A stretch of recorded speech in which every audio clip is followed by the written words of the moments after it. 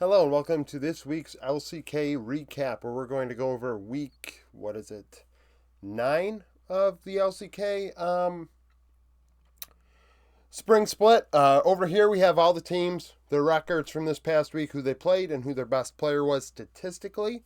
And then over here we have the top performers based 100% on stats, and we'll get into that if you missed the LPL video from yesterday. So we're going to start with the teams that won the week, right? They were positive. So FearX went 2-0, 4-1 on the week, beating DRX and KDF. The bot duo of Henna and Execute was their strongest part. Genji also went 2-0 and 4-1, beating Nongshim and D+. Canyon was their best player. HLE 2-0, 4-2 on the week. Doran leading the way, beating KDF and T1. KT Roaster 4-1, beating Breon and DRX. BDD was their star. Then we get to a couple teams that went 1-1. T1 would go 1-1 and 3-2, so positive in game score, beating D+, losing to HLE. And Faker was their best player. Nongshim also went 1-1. Red Force would go 2-3 against Breon and Genji, winning Bro against Bro, losing to Gen. Call Me was their best player. And then the teams that went 0-2. D+ 0-2 would only take one game off of T1 and Genji. Lucid was their best player. DRX also same score, 0-2 and 1-4. Losing to FearX and KT. Sponge, their best player. KDF 0-2. 2-4 on the week, so they did slightly better. Losing to HLE and FearX, but giving them a fight in both. Doodoo, their best. And then Breon went 0-2 and 1-4. Morgan, their best player, losing to Nongshim and KT. Now, top performers. I utilized three key stats that I think show different aspects of a player's week. KDA, you don't want to die a lot. Good players shouldn't die a lot. Kill participation, who's involved? All right, who is involved in the team fights and things of that nature. And then also this stat I've made up called return on investment that I'm still fine tuning. And next week maybe will be slightly altered algorithmically wise. It takes not only damage but also damage taken and looks at the resources given to a player in terms of gold and how much the team is getting out of that. Right? It's supposed to benefit those that deal damage, but also give an opportunity for those that are on facilitator-oriented champions or tank champions to also have value, right? If you're just tanking damage and your team's winning, you should get credit for that in some degree. Now, this also allows for teams to their players to int their faces off, and they're going to have a better rating. So that's why I have to kind of alter things and try and clean it up a bit. And also, it benefits teams that run the game up for a long time. Smolder, as an example of dealing a ton of damage in the very late game. So bear with me here, but statistically, Morgan was the best top laner. Now, his KDA, not great at 1.8, 64 KP, so almost 2 out of every 3 kills. But return on investment, so every gold that he received per minute, he would put out 4.18 damage, whether it was damage given or taken.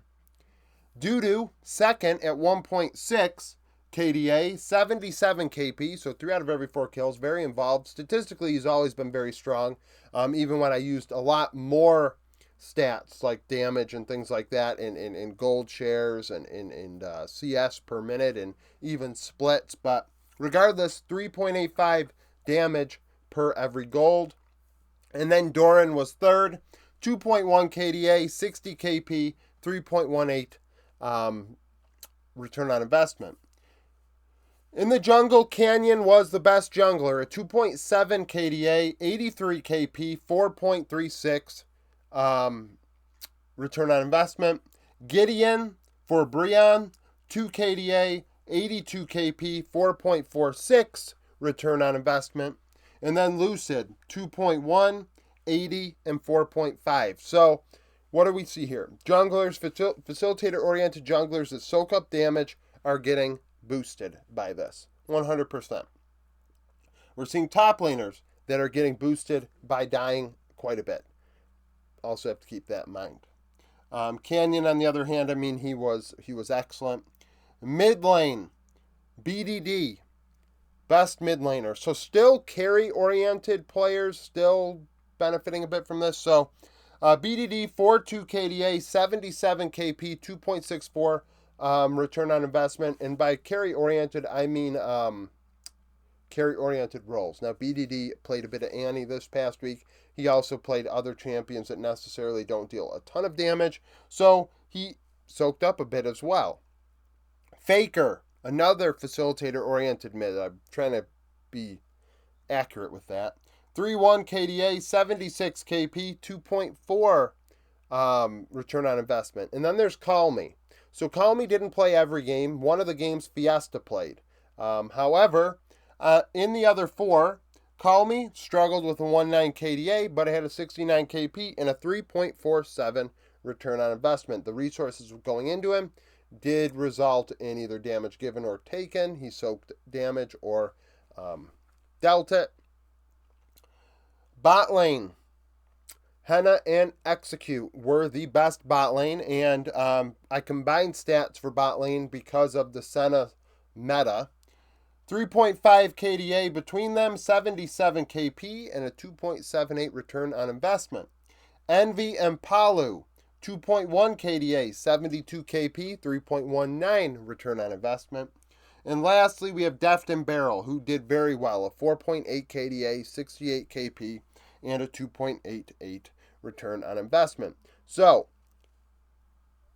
going into next week, I'm thinking to myself, do I want to incorporate other stats to kind of wash this, clean this up a bit for maybe the sake of CS per minute or shares or things of that nature?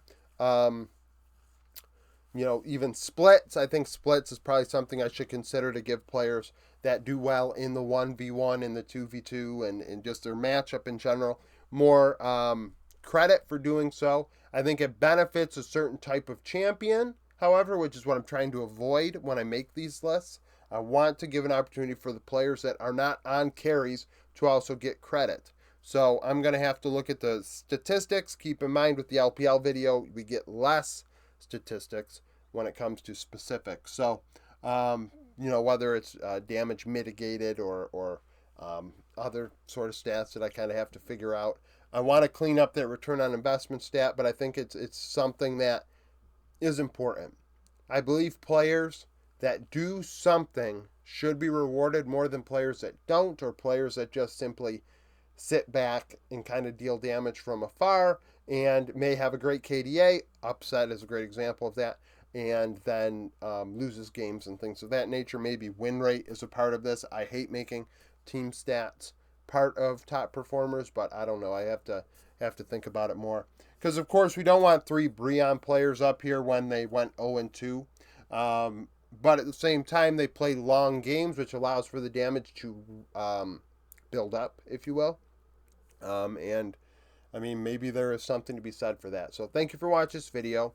Comment down below. Like it if you like it. Subscribe to the channel for daily League of Legends content. Follow me on Twitter. Join the Discord. Become a YouTube supporter. And hope to see you again tomorrow.